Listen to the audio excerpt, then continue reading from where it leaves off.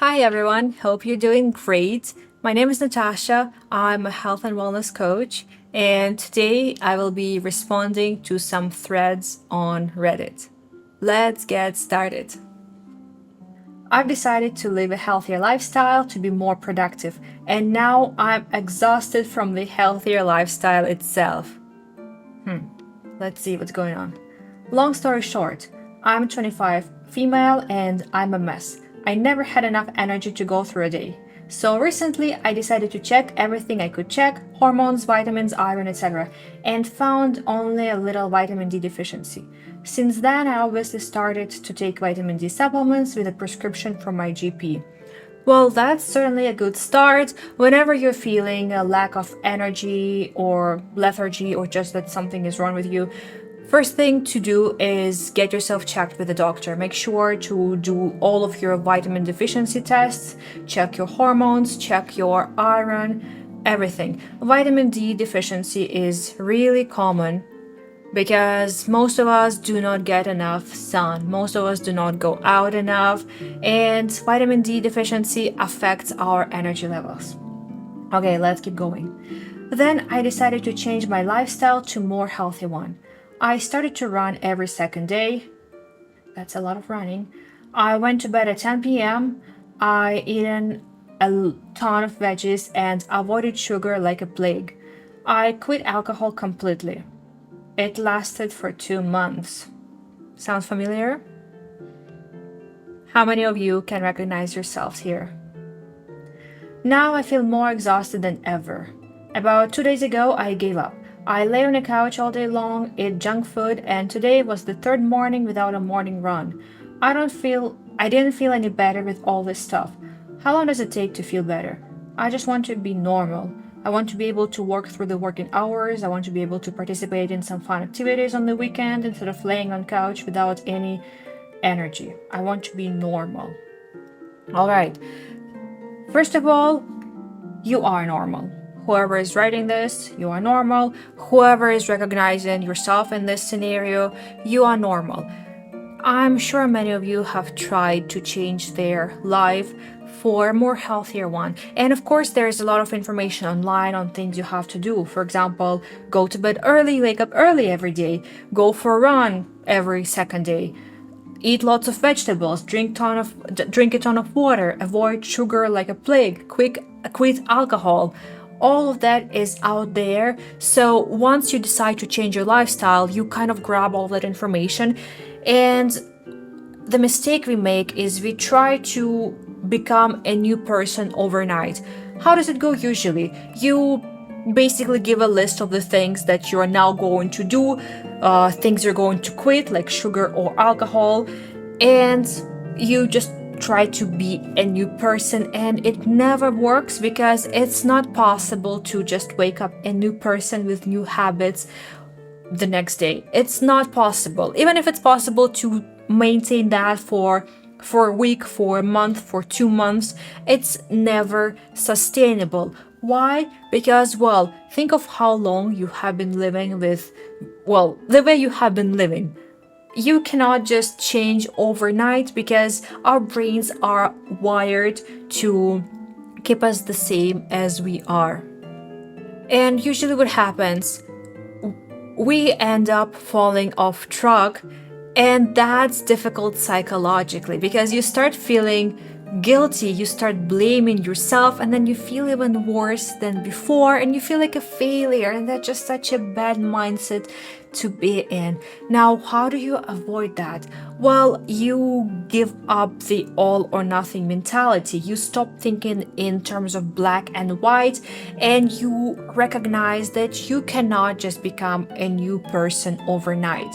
Yes, you know the things you should be doing to live a healthier lifestyle. You can come up with the list for yourself. Let's say the behaviors you want to change, the habits you want to implement, the habits you want to get rid of. But you do not just do it all at once. You do it slowly over time, one tiny change at a time. Behavioral change, behavioral science is a whole science. There are ways to change your habits, to change your behaviors in a way that actually sticks And the way to go is to do it slowly, one habit at a time. And there are, of course, some tricks on how to make habits stick. One of them being habit stacking. For example, you take something that you already do on a regular basis and something that is gonna stay with you, something you don't want to get rid of, and you add a new habit to that. For example, if you want to start flossing and you already brush your teeth every night, you can add the flossing habit onto your teeth brushing habit. And so you stack the two habits together and you try to do that behavior every day for a while, and then it's actually going to stick. Another thing is your new behavior has to be easy and it has to be small. If it causes you too much effort to perform your new habit, you're not going to be able to stick long because it takes so much mental energy. Willpower is a finite source. We do not have infinite willpower. We cannot sustain new behaviors for long unless they're small and easy. That's just how our brains work. That's why behavioral changes have to be tiny, they have to be small. Lower your standards for yourself. Why do you need to, for example, do 6 workouts per week? What's going to happen if you do 2 workouts per week? Start with 2 workouts, do that for half a year, then make it 4 workouts. How about that? Another thing is, if you fall off track for a little bit, well, why don't you start again? So the key to changing your life is to start small, adding small, easy behaviors that fit into your life. Make it easy for yourself, make it enjoyable. That's the key. Just acknowledge that you cannot change your life overnight. It takes time, it takes consistency, and your new habits have to be small. I recommend the book by BJ Fogg called Tiny Habits. That one is going to help you a lot. All right, let's make it on to the next one. I got an interesting one here. How on earth do people make it to 80? Hi, I'm genuinely so confused how the average person in some countries make it to the age of 80. If I even make it to 30, my body, I feel, is going to be so broken. What are people doing to survive that I'm not aware of? A lot of people are just built different. I know that healthcare is improving, but your life can just take a turn for the worse so easily, so quickly. What am I missing? Any advice? Who feels broken at the age of 30? I sure hope not a lot of you. However, the problem with the modern life, even though our healthcare has been improving a lot, our problem nowadays is mostly chronic conditions, cardiovascular disease, diabetes, and those are mostly connected to our poor diets and our sedentary lifestyles.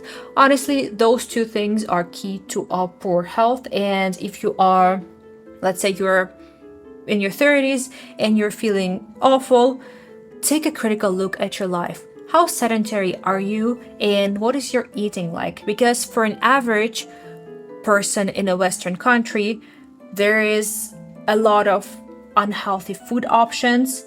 There is that life on the go when you are too busy to sit down and have a proper healthy meal. There is a lot of caffeine and there is not enough rest and there is not enough physical movement. Even if you go to the gym 5 times per week, but you still sit at your desk 12 hours per day, that's not good for you. So honestly, I would say 2 things to actually make it to 80 is to eat healthy and move your body. Now let's see this comment. If you don't lead a very active lifestyle, you need to be strength or cardio training, ideally both. Agree. Else your body will be messed up before 80, almost guaranteed. Indeed, if you don't move, your health is going to deteriorate. Now, strength training. Why is strength training important? As we age, our bones are losing their densities and we're losing muscle mass. And both have a negative effect on our stress, and both are associated with conditions like arthritis, for example, or higher risk of falling as you're an older adult, which leads to hip fractures, bone fractures. etc. So strength training actually helps slow down the loss of muscle mass and the loss of the loss of bone density. Now, the person is responding, yes, cardio has been making me feel better quite a bit. I do some strength training too, which does help a lot. There you go. So this person is confirming that working out actually makes them feel better.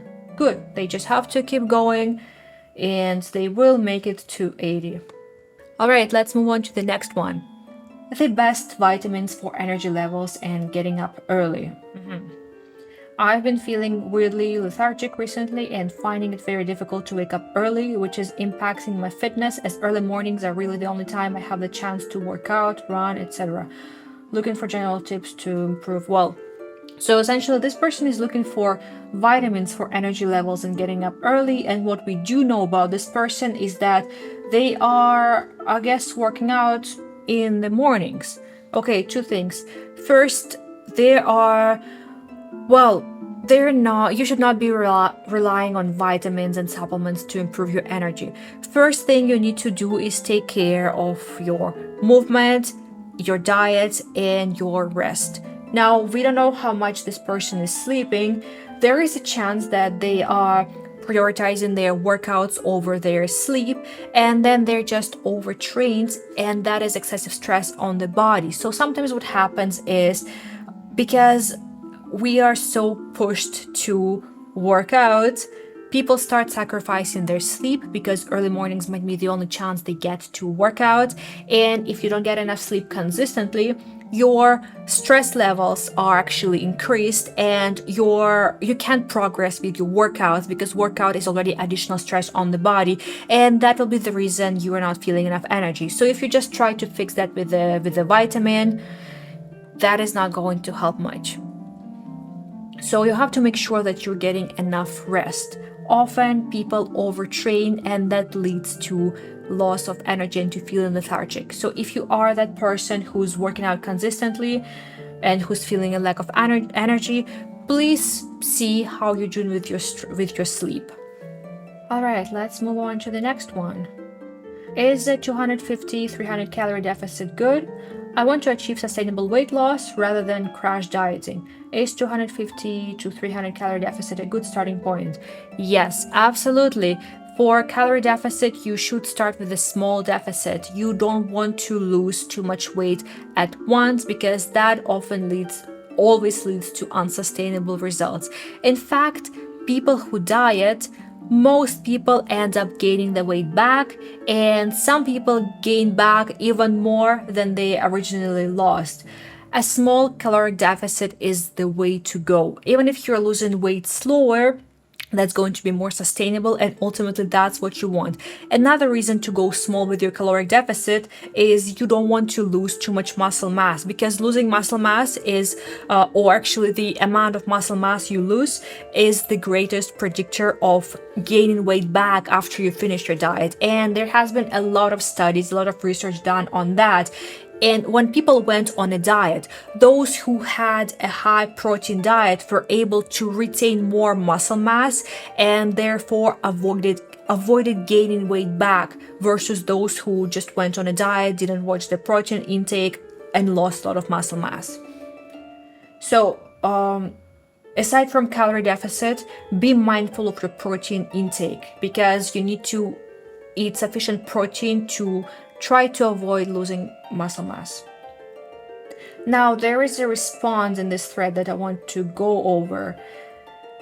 Yes, but it's easy to go over with regular diets. I personally find intermittent fasting to work best, where I have only a 6-hour window in the day to consume calories. Only water, tea, and black coffee outside of those 6 hours.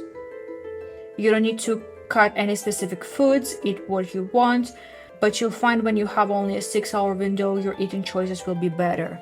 There is no evidence that intermittent fasting is good for weight loss. In fact, the only reason it actually helps is simply because you have less time to eat. It's as simple as that.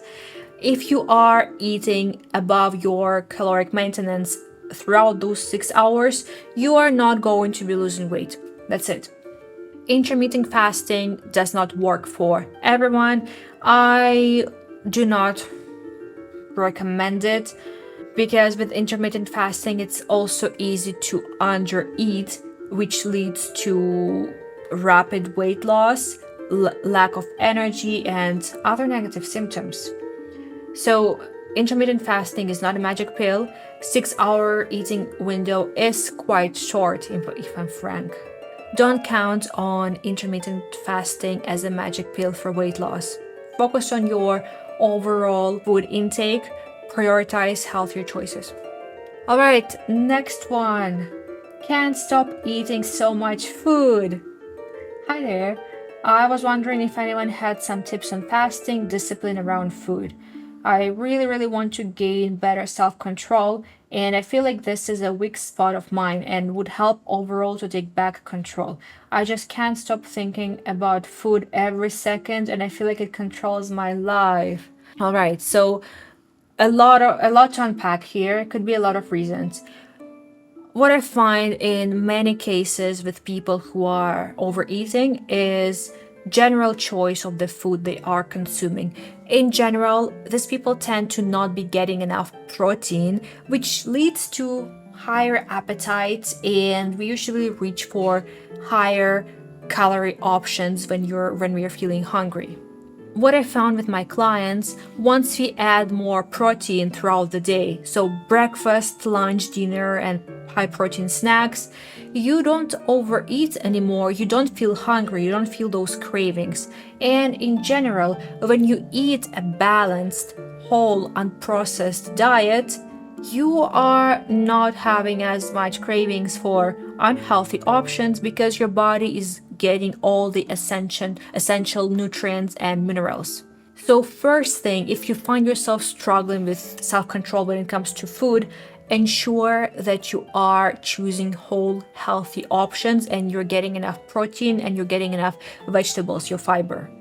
Now, this could also be emotional eating, and that's a whole other beast. There's a lot there. It could be your habits. Maybe you subconsciously associate food with feelings of comfort, feelings of feeling good, something from your childhood maybe. And then there's also the social aspect of eating. Mindful eating helps. It really helps to learn to differentiate between physical hunger and psychological hunger. So what are the symptoms of physical hunger? You're feeling your stomach rumbling, you're feeling the physical sensations, your mouth starts watering, and also it's been a while since you've last eaten. Then it's probably physical hunger. It's psychological hunger if you're not feeling any symptoms, you're just thinking of the food. Then take some time to see, do you really want this? What if you just eat something healthier instead? Will that satisfy you? Emotional eating is a complicated issue that takes some unpacking, but it's totally something you can figure out and take a better control of. Alright, that is it for today. If you enjoyed this type of video, let me know. If you have any questions about health and wellness, do let me know. Thank you for watching this video. Make sure to like this and subscribe. I'm going to be talking more about physical and mental wellness here. Thank you and have a great day.